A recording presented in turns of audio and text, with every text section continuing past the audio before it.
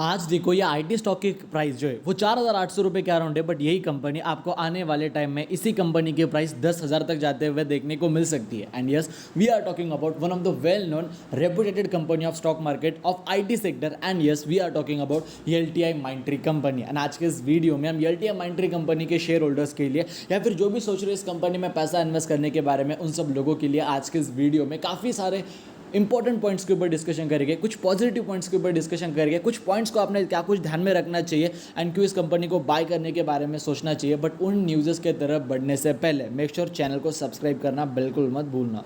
So first of all, अभी अगर आप देखते हो एलटीआई माइंडट्री कंपनी की, देखो जो करंट मार्केट प्राइस चल रही है वो 4,885 रुपये के करीब। ठीक है, अभी देखा जाए पहले लर्सन एंड टुब्रो इंफोटेक एक अलग कंपनी हुआ करती थी जो कि आईटी सेक्टर से बिलोंग करती थी, एंड माइंडट्री एक अलग आईटी कंपनी हुआ करती थी। ठीक है, दोनों के दोनों कंपनीज काफ़ी तगड़ा परफॉर्म करने वाली कंपनीज थी। एंड इन दोनों के दोनों कंपनियों की जो ओनर थे, ठीक है, ये दोनों के दोनों कंपनियों के जो ओनर थे वो अल्टीमेटली एक ही कंपनी थी जो कि थी लर्सन एंड टुब्रो इंफ्रास्ट्रक्चर। तो दोनों के दोनों कंपनी के ओनर भी एक ही थे, दोनों के दोनों कंपनी काम एक ही सेक्टर में करती थी, तो दोनों के दोनों कंपनियों को मार्केट में मर्जर करा गया इन कंपनियों का। बेसिकली सिंपल सी बात है। ठीक है, बट अभी अगर आप बात करते हो इन एलटीआई माइंडट्री कंपनी के प्रीवियस परफॉर्मेंस के बारे में, तो पिछले एक महीने के अंदर जो ये कंपनी है, मोर देन हमें 7 से 8% का इस कंपनी के स्टॉक प्राइस में यहाँ पे हमें डाउनफॉल देखने को मिला। एंड आपको बताना चाहूँगा, मार्केट में बस थोड़े ही दिनों पहले हमें इस कंपनी के क्वार्टर फर्स्ट के नंबर्स आते हुए देखने को मिले थे, जहाँ पे मार्केट का एस्टिमेट्स कंपनी के मीट नहीं कर पाए। जिस हिसाब से मार्केट के नंबर से कारण एक्सपेक्टेशंस थी, जिस हिसाब से मार्केट एक्सपेक्ट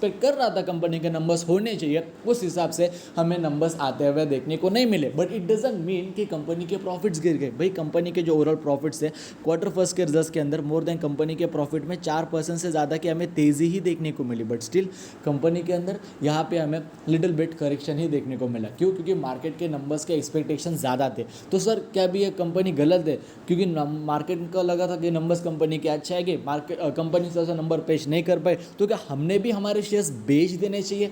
तो ऐसा अगर आप सोचते हो तो आप काफ़ी गलत हो। क्यों? 2 मिनट में बताऊंगा। उससे पहले अगर आप मैक्सिमम कंपनी के रिटर्न्स की बात करते हो, तो थोड़े दिनों पहले इसका मर्जर हुआ है, तो 10-10.5% के रिटर्न्स यहाँ पे हमें शो हो रहे हैं, क्योंकि कंपनी का मर्जर हो चुका है। पहले कंपनी के रिटर्न्स काफ़ी तगड़े हुआ करते थे, अभी मर्जर के कारण ये सारी चीज़ें अपडेट नहीं हुई है। एंड सबसे पहली बात ये कहना चाहूँगा, उन चीज़ों के बारे ऊपर डिस्कशन करने से पहले, ये कोई कंपनी के फंडामेंटल्स के ऊपर डिटेल में वीडियो नहीं है।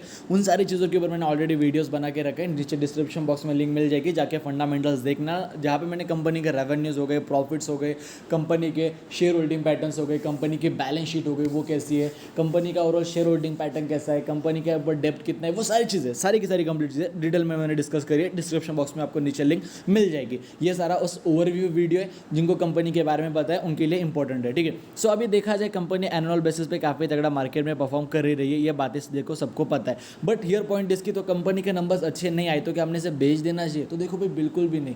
मार्केट में अगर आप बात करते हो, to be precise IT sector की अगर मैं यहाँ पे बात करता हूँ, तो भाई कोई भी कंपनी मार्केट में अच्छा परफॉर्म नहीं कर पा रही। मैं बड़े से बड़ी कंपनी का नाम बोला, टीसीएस हो गई, इंफोसिस हो गई, विप्रो हो गई, एचसीएल टेक हो गई, टेक महिंद्रा हो गई। ऐसा नहीं है ना कि आईटी के बड़े बड़े कंपनियां जो जिनका मैंने अभी नाम लिया, वो कंपनीज मार्केट में 30-30, 35-35% का प्रॉफिट शो कर रही है, एंड एलटीआई माइंडट्री कंपनी ने 4% का प्रॉफिट शो करा। भाई मैं तो ये भी कहता हूँ कि बड़े बड़े कंपनियों के जो प्रॉफिट्स थे वो हमें 4-5% नीचे भी गिरते हुए देखने को मिले ईयर ऑन ईयर बेसिस पे। बट ये कंपनी जो अपनी एलटीआई माइंडट्री कंपनी है, इसके प्रॉफिट्स अल्टीमेटली ऊपर ही गए। एंड आपके लिए अगर मैं यहाँ पे एक और यहाँ पे पॉजिटिव पॉइंट अगर रखता हूँ, सो अभी हम आ चुके हैं यहाँ पे मिंट के ऑफिशियल वेबसाइट के ऊपर। एंड देखो, जैसा कि आप यहाँ पे पढ़ सकते हो, LTI Mindtree share price drop 4% on soft quarter first, but most of the brokerage remain optimistic. Yes why? तो देखा जाए एलटीआई माइंडट्री कंपनी के नंबर्स कुछ खास नहीं थे। कंपनी के प्रॉफिट्स के अंदर 4 से 5% की तेज़ी ही थी, गिरावट तो नहीं थी। बट स्टिल कंपनी मार्केट में 4% यहाँ पे हमें गिरावट आते हुए देखने को मिली कंपनी के स्टॉक प्राइस में, क्योंकि नंबर्स कंपनी के सॉफ्ट थे। बट स्टिल काफ़ी सारे ब्रोकर्स इसके ऊपर बुलिश है। क्यों?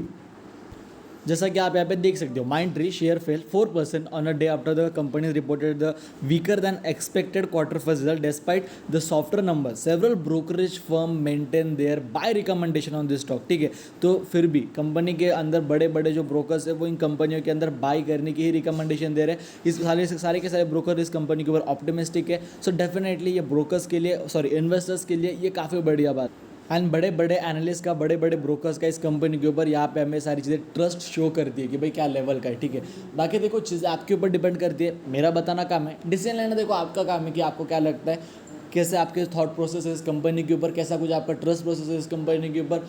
बाकी चीज़ें सारी आपके ऊपर डिपेंड करती है। बाकी अगर आपको हमारा आज का वीडियो पसंद है, वीडियो को लाइक कर देना, चैनल को सब्सक्राइब कर देना। जय हिंद, धन्यवाद।